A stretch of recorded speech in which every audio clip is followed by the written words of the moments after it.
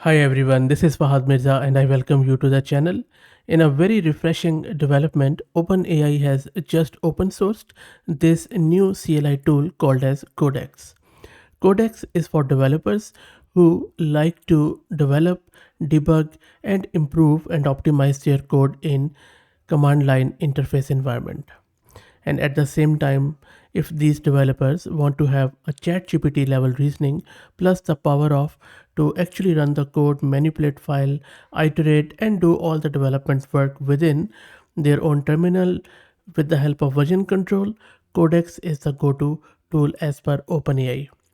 In short, all you need to do is to grab your OpenAI's API key from their platform.openai.com, install Codex, and then run through your code. And that is what we are going to do in this video. Also, beware that this only works with OpenAI's model at the moment, but as it is open source, so feel free to change the code and direct it towards your own model if it's supported. It will take a bit of a time, but maybe you can use a codex to write the code for you. It's a chat driven development that understands and execute your repo. So let's get started. I also want to give a huge shout out to Mass Compute who are sponsoring the VM for this video. You really don't need any GPU card for this because we will be using a hosted API based large language model from OpenAI. Now, if you want to rent a GPU or VM or CPU on very cheap prices, you can find the link to Massed Compute in video's description. Plus, I'm also going to give you a discount coupon code of 50% for range of GPUs. This is a VM which I'm going to use, and let's first start by creating the virtual environment with Conda, and that shouldn't take it too long. The only prerequisite other than having that OpenAI's API key for this codex is to have npm and node install because it's a node.js based tool. If you don't know how to install it, I'm going to show you quickly. You see that I just checked if my node and npm is installed, and it isn't. So let me show you how you can do that, and I also have a dedicated video on that if you are interested in bit more detail. The best way to install Node and NPM is to first install NVM, which is a Node version manager. NVM is a tool to install, manage, and switch between different versions of Node.js on your system. And this is the one command which you can use to install NVM, and that is done. After that, make sure that you just put it in your shell profile so that it will be easier to access every time and you don't have to specify the full path. This won't work because I missed the E at the end. Let me paste it again, and there you go. And now it's set in our environment. Next step which we need to do is to make sure that we have a node and npm installed. In order to do so, all you need to do is to run this command. This is going to install both of them. And there you go, everything is installed, and now we are at the latest version of it. Next up, let's git clone the repo of this codex, and I will drop the link to it in video's description. That's also done. And now we need to install the codex, and for that all you need to do is to run this command. Let's wait for it. Shouldn't take too long. It's very quick. And there you go, everything is installed. And now you would need to set your OpenAI's API key in your environment variable, or you could put it in your profile. If you're using Windows, just put it in your environment variables. So let me set it and clear the screen. Okay, so I have set my key. Let's play around with this codex. So first let's check its version. So there you go, this is a version I am using. Let's create a simple file and then see how it works. I'm just going to create a directory, call it as codex demo, and then I'm initializing the npm, and after that I'm just creating a file. As you can see, I'm just also going to open it in my VS Code to make things easier. So there you go, you see that we have the sum.js file which has a simple function here, and then this is the package.json which just contains some project information which we just have created here. Okay, so I have just created this simple code in order to get it tested with the codex. So first up, let's do the interactive one. So I'm just typing Codex here. Just type or press Y. That is done.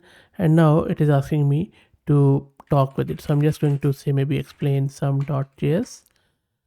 It is thinking because it is using, I believe, O4 mini maybe at the back end. There you go. So it is checking all the code. It is evaluating its own response because that is what these reasoning or thinking or chain of thought models do. So there you go. So I'll just scroll up a bit where it has explained the code. Step by step, it declares the function, takes two parameters, and then it has explained the code in a very, very fine way. Okay, so what I'm going to do, I'm just going to press Ctrl C to exit to my terminal because we already saw how this works. So maybe I'll just ask it sort of a direct command instead of interactive one. So I'm in Codex and then I'm saying rewrite some.js as an ES6 arrow function. Let's see. So because I'm not using Git, so that is why it's not a Git repo. But that doesn't matter really. And I'm just showing you in real time what exactly it is doing. There you go. And by the way, it can create files, it can make changes to your files, so make sure you're aware of it. And then it says yes. I'll say yes, or just press small y. Let's wait for it. It is checking and it is evaluating, it is checking its own stuff, and that is what these do. I'll just say yes. Let's wait for it. The patch has been applied, and there you go. So if I just open it here, it says, I'll just say this, and let's check out some.js. Has it done anything or what? Or has it created a new one? I'll just go and check what it did. Okay, so it has applied the patch, and there you go. It hasn't saved it, so maybe we would need to ask it to save it, but it has done quite good here. Okay, so that is good. Now let's press here maybe /clear. So the whole context has been clear. So maybe I'll ask it, maybe I'll just press Ctrl C here. I'm going to ask it, okay, sorry, not this one. I already did that. I'll just clear it. I'm sorry, my copy paste is just not working today properly. Okay, I'll try again. Okay, so I'm asking it to look for vulnerabilities and create a security review report on the code. I wish I could disable this warning somehow. Anyway, there you go. So it is creating the security report. So let's wait for it. And there you go. It has created a security report. So some SAST tools and all CVEs and all that stuff. Pretty interesting. This is a high level security. Very nice. And all the linting and all that information. Okay, let's see if it can do some sort of file management. So I'm just going to maybe create some random files here. So you see, I just created these random files. You can create whatever you like. And I'm just going to check if I am able to do the bulk renaming. And I'm asking it to rename JPEG to JPG. It is thinking, and you see it is using the O4 mini here. Let's wait for it to see if it can do the renaming. There you go. So it can run the operating system files, and it is asking me if it is okay. So I just say yes. It's not a Git repo, so it is might not be doing it. Let's see if it errors out due to the not availability or not. I'll say yes, initialize it. Git repo. Let's see. And there you go. So it has initialized it, and then it is also telling me that it was able to do that. Nice. So let me just Control C and see. Nope, it didn't do it. You see, it is still JPEG. Okay, I would say that's a fail. Or maybe I would just need to check. Let's do ls. I don't even see any sort of repo here. What about git log? Nope, I don't see anything here. Interesting. Even if I go to VS Code, I don't see any sort of renaming. The model just hallucinated there. Okay, so that is a fail, I would say, of the model and the code maybe. Okay, let's try out something else then. Maybe I will see if it can do the structured output. So I'm just asking it to explain it in. It says quiet mode requires a prompt string. Okay, so I did the prompt string. Okay, that is another fail, I would say. I'll just do like this. Okay, no, so it can't do the structured output, it seems, at the moment. Maybe I'll just ask it again here. Can you convert a sample output of some.js in JSON format? Let's see.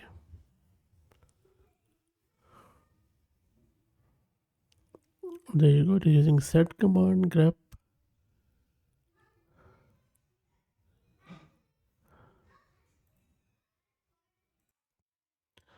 And that seems pretty good.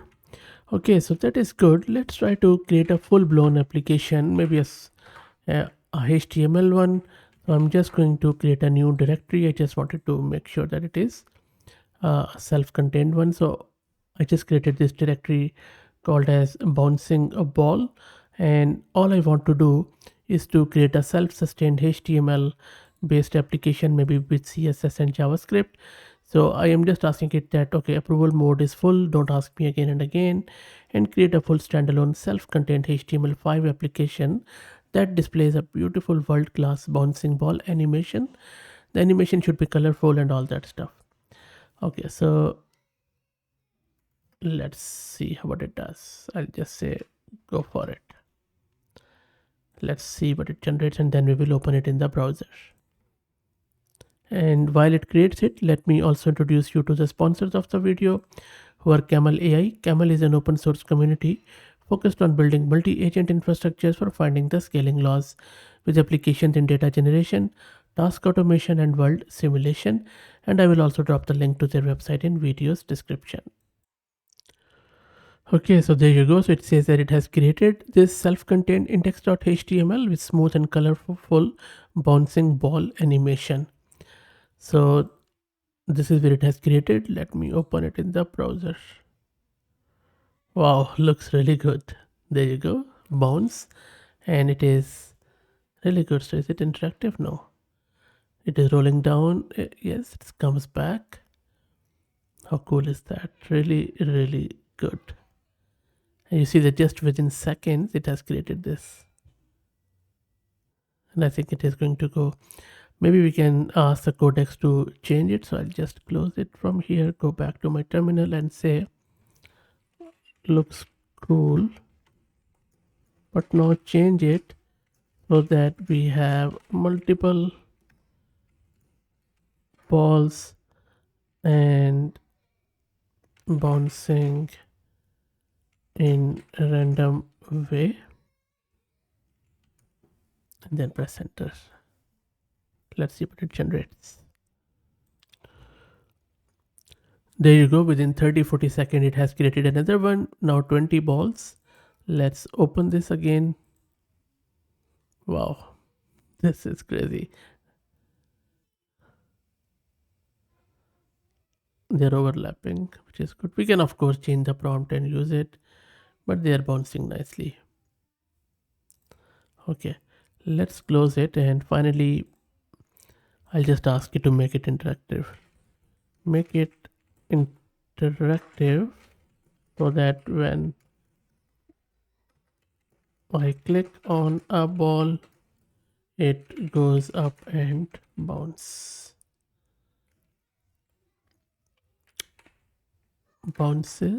more aggressively. Let's see. Okay, so it says that it has added that functionality. Let's check it out. Okay, just clicked on this purple one, nothing is happening. Okay, let them settle down a bit. Let me click on this. Yes, there you go. Wow. How good is that? Let me click on this. And I'm clicking like crazy now. Alice in Wonderland. So look, I think this is really, really good stuff. I could just be a kid again and play this whole day. So I think, and of course, this is a magic of OpenAI's model behind the scene where I'm just clicking like crazy. So I'll just close it. Real good stuff by Codex, and you can already imagine that the role of developers, as we know, won't be here for long now because things have changed and come a long way. Time to reinvent, but really good stuff by OpenAI by open sourcing this tool. Let me know what you think. If you like the content, please consider subscribing to the channel. If you're already subscribed, please share it among your network as it helps. Thank you for watching.